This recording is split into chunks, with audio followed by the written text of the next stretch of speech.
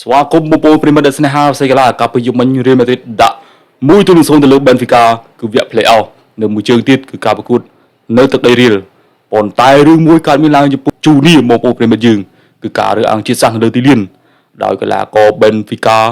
គឺ Prestini បានហៅគាត់ថាជាសត្វស្វាដូច្នេះជូនីគាត់ខឹងហើយគាត់បានចង្អុលបង្ហាញទៅប្រាប់អាជ្ញាកណ្ដាលថា Prestini បាននិយាយរើសអើងជាតិសាសន៍នៅលើទីលានទើបធ្វើឲ្យជូនីខឹងមែនទែនដាក់ឲ្យចេញពីទីលានហើយក៏ផ្អាកការប្រកួតអស់រយៈពេល15នាទីជូនីបានទៅនិយាយប្រាប់លោកជូសេដែលជាគ្រូបង្វឹករបស់ Benfica នឹងថា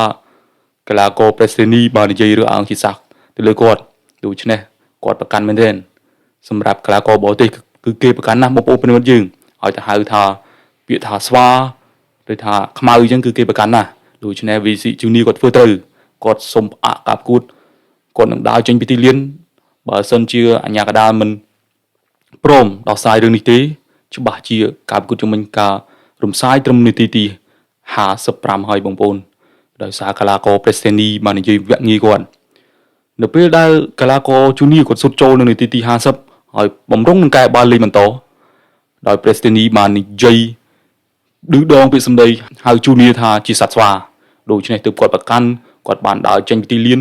ហើយលោកមន្ត្រីអាជ្ញាកណ្ដាលនឹងក៏បានណែនាំទៅលើ Prestini ដែរប្រាប់ទៀតថាកុំនិយាយមើងងាយកីឡាកររូបណានៅលើទីលានកុំនិយាយរើសអើងជាតិសាសន៍បើពុំដូច្នេះទេ Prestini នឹងត្រូវបញ្ឈប់នឹងទទួលបានកាត់ក្រហមហើយក៏បណ្តេញចេញពីទីលានគ្មានជាលើកទី2ទេដូច្នេះទើបលោកមន្ត្រីអាជ្ញាកណ្ដាលសម្រេចចិត្ត